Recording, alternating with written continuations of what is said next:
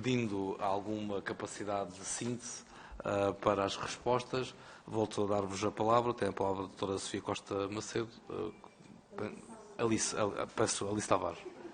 Peço desculpa. Ora bem, em relação à questão do desmembramento no fundo, das entidades que até hoje estavam a orientar e no fundo, responsáveis pela proteção do património, temos duas preocupações. Uma, ao nível da informação que está a ser, no fundo, cedida. Efetivamente, há lacunas de informação. Consideramos que o que nos preocupa, sobremaneira, tem a ver com a articulação e com esta nova onda de centralização do poder de decisão, que neste momento se verifica novamente e nomeadamente em relação ao património cultural. Portanto, desse ponto de vista, consideramos que esta centralização retira essa proximidade que já tínhamos e que era benéfica e inclusivamente, alguma autonomia dessas estruturas, e essa autonomia praticamente parece-nos que desaparece ou está colocada em risco, para além de estar centralizada novamente nos grandes centros, colocando o resto do país com um hiato enorme dessas relações de proximidade do poder. Isto é uma situação que nos preocupa bastante. Por outro lado, não podemos propriamente entrar em grande detalhe sobre isto, porque mesmo quando questionamos as entidades, elas não nos sabem responder. E, portanto, essa foi a informação que nós tivemos, que foi a falta de informação, ou seja, zero. Portanto, apenas podemos dizer que consideramos que uma visão se tem que ter algum cuidado com a visão com que estamos a ter em relação aos museus, e nomeadamente a passagem de alguns museus para municípios e museus que servem e que têm inclusivamente laboratórios que servem a nível nacional. Portanto, temos aqui alguma preocupação em termos de ver se efetivamente vamos ser eficazes e vamos garantir a qualidade e os serviços que eles já prestam. Por outro lado, como é que efetivamente se vai garantir, no fundo, todos estes aspectos que nós falámos e que agora ficam centrados numa entidade no Porto, mas que não sabemos exatamente que poderes é que tem, que competências técnicas e que corpo vai ter, como é que se vai articular, todas aquelas questões que estavam a dizer que se passava para as comissões de coordenação, também não sabemos. Portanto, consideramos que é urgente informação e é urgente uma preparação prévia que deveria ter sido com muito tempo de antecedência, não só para as próprias entidades e os organismos se prepararem, com as suas competências técnicas, etc., mas também para todas as entidades e também ONGs e qualquer cidadão saiba exatamente com o que é que pode contar e de que forma pode ver salvaguardadas as suas, no fundo, as suas expectativas em relação à preservação do património. Portanto, desse ponto de vista, penso que, não sei se depois os meus colegas poderão acrescentar alguma questão, mas de todo modo estamos preocupados. Estamos também preocupados porque quando se diz, bem, há situações que passam para os municípios, não queremos saber, os municípios é que têm que resolver. Não, quando nós atribuímos funções e poder e obrigações, etc., aos municípios, para além da questão da alocação de recursos financeiros, temos também que ver se efetivamente estamos a atribuir aos municípios algo para o que eles têm competências técnicas ou não têm competências técnicas. E não pode ser uma transmissão sem averiguar e sem capacitar a este nível, nem que fosse uma promoção intensiva de formação ou outra situação assim qualquer, mas, efetivamente, falta uma preparação. Porque temos que ver um aspecto importante, que é, nestes últimos anos, nós perdemos N comissões de património que os municípios tinham. Neste momento nós temos 308 municípios e temos menos de 3% de municípios com comissões de património. Ora, as comissões de património serviam muitas vezes para esses debates difíceis dentro dos municípios sobre intervenções que eram altamente intrusivas ou que colocavam em risco a preservação de elementos que eram considerados relevantes para o município. E, neste momento, aquilo que verificamos é que não existem essas comissões. Mesmo as poucas comissões que existem, que antigamente eram comissões constituídas por elementos externos ao município e, portanto, eram comissões consultivas independentes, ou seja, elas davam um parecer, o município podia ser sensível ou não ser sensível ao parecer, mas havia implícita uma componente de capacidade crítica e de reflexão sobre as coisas que o município não podia dizer que não conhecia ou que não sabia. E essas comissões eram normalmente constituídas, efetivamente, pela tal componente portanto, de pessoas que são técnicos, até porque na maior parte das câmaras nós não temos, portanto, a dirigir as câmaras, não temos arquitetos, não temos engenheiros, não temos ninguém, muitas vezes, próximo ao aspecto do património e, portanto, como não temos, temos que ter pessoas que sejam sensíveis a esses aspectos. E é isso que nós esperamos quando, efetivamente, vemos que está a ser transferido para municípios património, esperamos que do outro lado haja efetivamente um interlocutor capaz e ao nível e com as competências para avaliar exatamente o que está a ser pedido. Ora, com este vazio de comissões de património que temos neste momento, a nível nacional, com os hiatos na legislação que temos, efetivamente não há margem.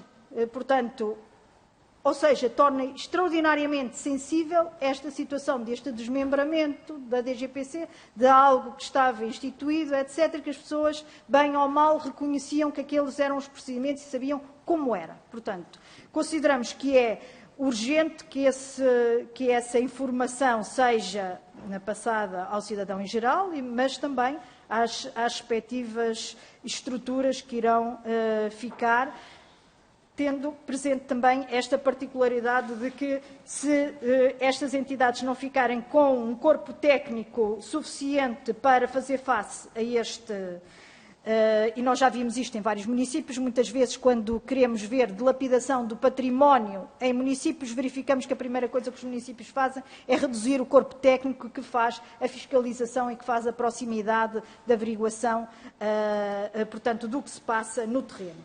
E, portanto, gostaríamos que isso não acontecesse a nível nacional e que houvesse uma particular atenção a isso.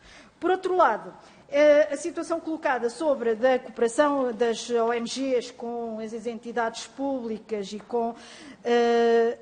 vemos também um aspecto preocupante. Eu, particularmente, na minha associação, nós procuramos, de tempos a tempos, termos visitas técnicas dirigidas a técnicos, mas também ao cidadão em geral, de boas práticas. Ou seja, escolhemos uma obra, consideramos está a ser bem feito, vamos debater na obra esse aspecto. E, portanto, interessava-nos muito que até fosse divulgado, não é? Que algo do debate, não é da obra em si, nem é do arquiteto ou do engenheiro, não é isso que nos interessa. Interessa-nos a prática da obra bem feita. E, neste momento, estamos a confrontar com uma situação que é, estamos a ter entidades públicas que dizem que as visitas não podem ter jornalistas. Ora, consideramos isto completamente incrível. Incrível porque é uma lacuna de informação para o cidadão, para quem a visita também é dirigida, é um retrocesso em termos daquele tal sentido democrático e de cidadania que todos nós estamos à espera, e não tivemos nenhum nem dois casos, e tivemos quer com municípios e quer com entidades públicas, inclusivamente a proibirem visitas, ou melhor, a cancelarem visitas, porque houve um jornalista que disse que ia estar presente. E, portanto, isto é uma situação que nestes últimos 2 anos começou a ser recorrente e estamos muito preocupados com este tipo de silenciamento de uma situação que para nós é inócua, porque nós, efetivamente, quando fazemos a promoção destas visitas, não as fazemos para confronto nenhum, fazemos exatamente para a promoção das boas práticas, portanto, não compreendemos este cercear da comunicação, quer da nossa parte, quer mesmo da parte dos jornalistas, que efetivamente podem ter interesse em relação a este tipo de visitas. Por outro lado, e já apresentámos também na Comissão de Educação, estamos preocupados com esta questão da formação da cidadania em termos do património, porque verificamos que nesta última década, pelo menos, viemos a reduzir grandemente todos os momentos em que se fala de património ao nível do currículo obrigatório. Não temos 3 momentos misturados numa disciplina de História que tem N outra informação para dar, o que quer dizer que neste momento ficamos dependentes, em termos de currículo obrigatório, ficamos dependentes das dinâmicas das comissões da escola, portanto, das dinâmicas das escolas, das associações de pais e do que no entorno exista sobre património e que seja acessível às escolas. Efetivamente, os professores estão assoberbados, não têm grande capacidade atualmente, ao contrário de no passado, que nós conseguíamos interagir com eles. Atualmente eles consideram que estão assoberbados de papelada e disto e daquilo, e portanto tudo o que fuja ao que é corrente eles fazerem é-lhes difícil, e portanto todas as estruturas no entorno das escolas, quase temos que fazer um movimento ao contrário. Se antigamente nós tínhamos as escolas a procurar as entidades do entorno e desenvolverem atividades, neste momento têm que ser as entidades do entorno a terem que ir às escolas. Portanto, isto preocupa-me também porque, do ponto de vista da formação do cidadão e de todos aqueles que vão ser os decisores do futuro sobre o que se vai passar no património, vamos ter lacunas muito graves ao nível de formação geral, formação de cidadania geral. E este foi um aspecto que nós mencionamos. Existe também uma outra preocupação que tem a ver com esta situação do diálogo entre o urbanismo e a memória, que efetivamente nós vemos do lado de Espanha medidas concretas ao nível da valorização do património imaterial e a fomentação, no fundo, de apoios, inclusivamente financeiros, para que isso exista e para que exista o maior registro possível de tudo o que tem a ver com a parte imaterial, independentemente se eles depois vão usar para o turismo e vão usar como produtos turísticos. Não interessa exatamente, interessa que existe essa preocupação e nós gostávamos também de ver essa preocupação do lado português, com medidas também de grande apoio a esse nível.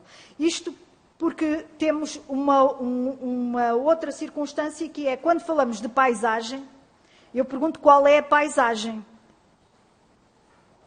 Se nós sairmos para as periferias das grandes cidades e se formos para o interior do país, nós temos aldeias que foram belíssimas e que atualmente estão todas desfiguradas. E temos ainda locais que deveriam ser preservados, locais com qualidade paisagística enorme, mas que nós precisamos de ter este conceito mais macro. E eu ultimamente tenho dito, se nós queremos defender o património, nós temos que defender ao nível do urbanismo e temos que defender ao nível do ordenamento do território, porque é aí as grandes decisões e aquelas que cortam mais todo esse aspecto. Só que nós temos um problema em relação ao património, que é, enquanto nos PDMs, nós, por exemplo, para uma RAN e para uma REN, que também atualmente está em ebulição, mas vamos abstrair-nos dessa parte. Em relação a uma REN ou uma RAN, nós temos entidades pelas quais as medidas que estão no PDM têm de passar, e, portanto, por vezes as situações não são fáceis e nós sabemos que passa e não passa e há, digamos, uma reflexão e um diálogo por vezes difícil. Em relação à parte do património não classificado, nós não temos nenhuma entidade. Nós não temos absolutamente nada que supervisione se aquele PDM efetivamente está a dizer que tem aquela estratégia, mas se aquela estratégia se reflete em mais algum momento daquele PDM. Porque não se reflete. Na maior parte dos PDMs, não se reflete. E também não há nenhuma entidade que, no fundo, possa fazer esse diálogo. Dizer, bem, muito bem, reconhecem que o património é importante, mas onde é que estão as medidas? E onde é que estão, e que património é esse que estão a dizer quando falam em património?